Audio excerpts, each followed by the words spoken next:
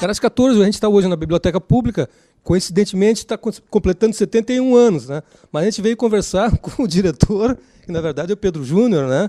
E a gente vai conversar um pouquinho sobre a história dele hoje, né? Então, Pedro, para quem ainda não te conhece, começa contando a tua história, vivente. Bueno, eu sou de 71, né?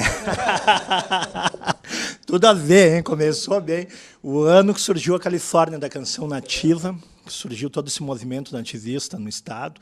71 tem um monte de coisas que iniciaram. O Campeonato Brasileiro iniciou em 71, né?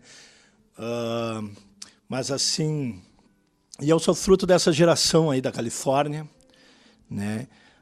Me criei numa família toda ligada às artes, me criei vendo meu pai declamar, minha mãe pintando tela, o Agita tocando com um monte de músico, o Geraldo fazendo artesanato, meu irmão Alcimero pintando, então tinha pincel, tinha baqueta, tinha violão, tinha poesia, e aí eu não era nem alfabetizado ainda e já declamava, não tinha como ser diferente.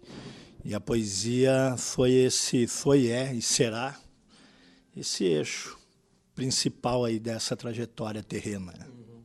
Qual foi o primeiro festival que tu participou, que tu ganhou prêmio? Já começou ganhando ou tu participou alguns que não ganhou nada? Eu entrei ganhando já. Quando na categoria Mirim eu participei de 21 rodeios, né, e ganhei 19. Eu fui campeão da vacaria a primeira vez na modalidade Piá, né? Tenho 10 prêmios no rodeio da vacaria, entre rodeio e festivais lá, que é uma coisa... A vacaria é o Oscar, né, da arte gaúcha, assim.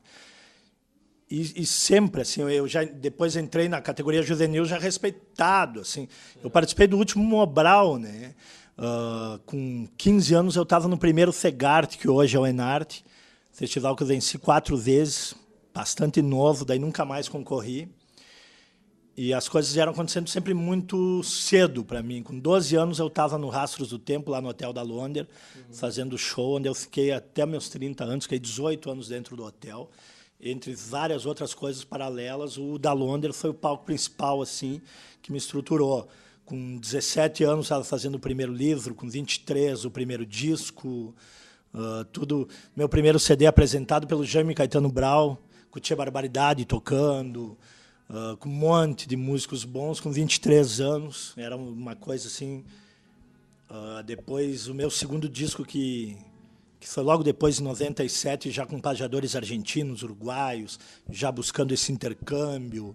Então, as coisas sempre vieram acontecendo e eu tive a felicidade e a coragem, talvez a ousadia ou a loucura, não sei, de viver de poesia. Eu vivi 10 anos exclusivamente de poesia, principalmente declamando e escrevendo.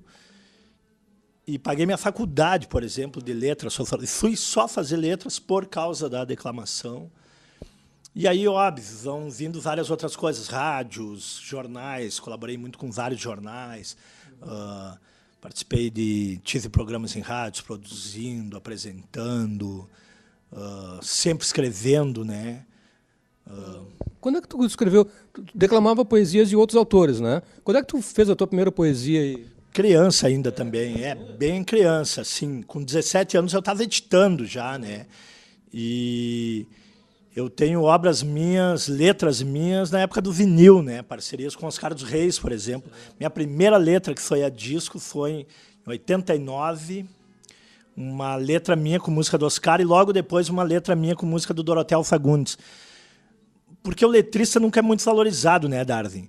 Mas assim, o ano passado, na Tertúlia Nativista em Santa Maria, eu recebi uma homenagem que eu botei uma música no disco lá e foi o 100º CD com trabalhos meus. Hoje eu tenho trabalhos em 120 discos, o que para um declamador é um número muito expressivo, né? Fazendo as mais diversas coisas, participando com muita gente, declamando em canções, gravando em vários lugares, gravando com... Eu tenho 4 obras, discos que saíram na Argentina, 3 no Uruguai. Agora fiz uma participação num disco que vai ser lançado por um fadista português. Então as coisas vão acontecendo assim, a arte vai abrindo as janelas, né? Pedrão, vamos explicar um negócio para o pessoal aí. O pageador, declamador, qual é a diferença, cara?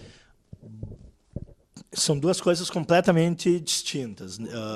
Explica para o pessoal, porque eu também não sei, cara. Tá, assim, ó, o pageador é um improvisador.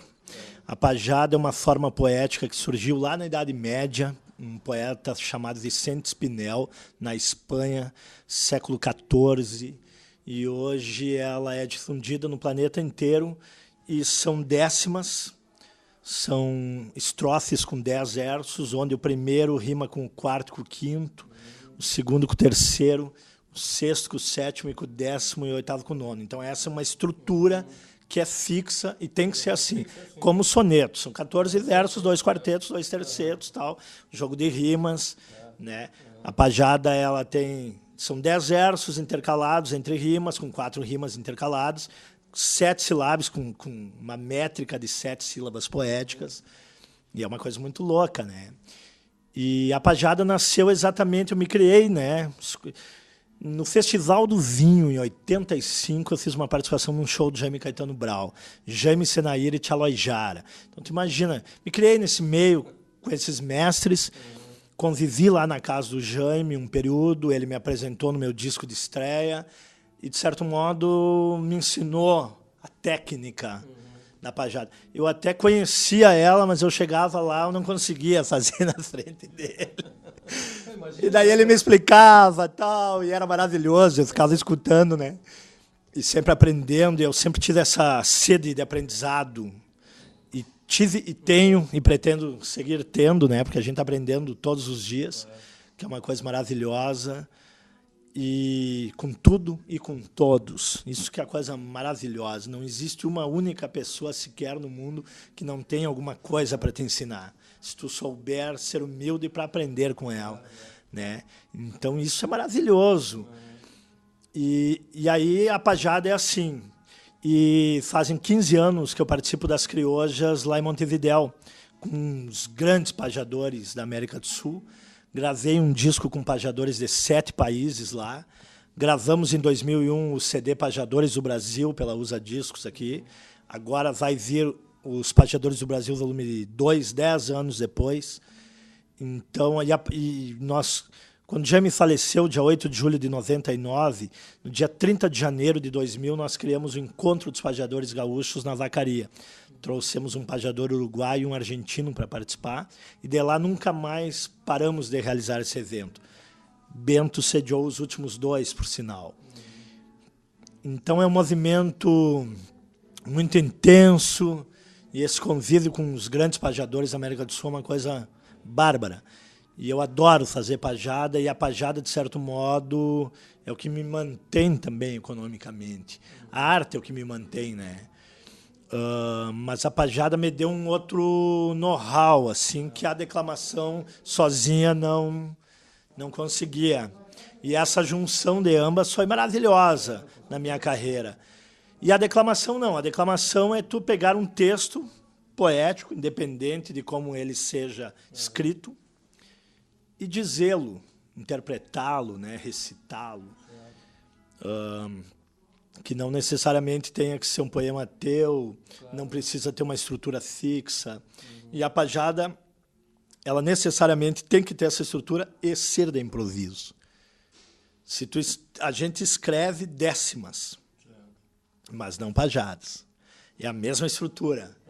Tipo, eu transformei algumas pajadas minhas em letras de música, em décimas. Depois, algumas ganharam festivais, né? A escola dos festivais foi muito importante, dos rodeios e depois os festivais da minha vida. Eu sou um festivaleiro, né? Estou sempre pensando festival. Como é que tá os festivais no Rio Grande do Sul? Estão a milhão ainda, cara? Estão a milhão. O nativismo está num momento maravilhoso. Mesmo que a mídia não pulse isso, existe um mercado fantástico. Eu estou chegando aí com o meu 7º CD de poesia, tchê.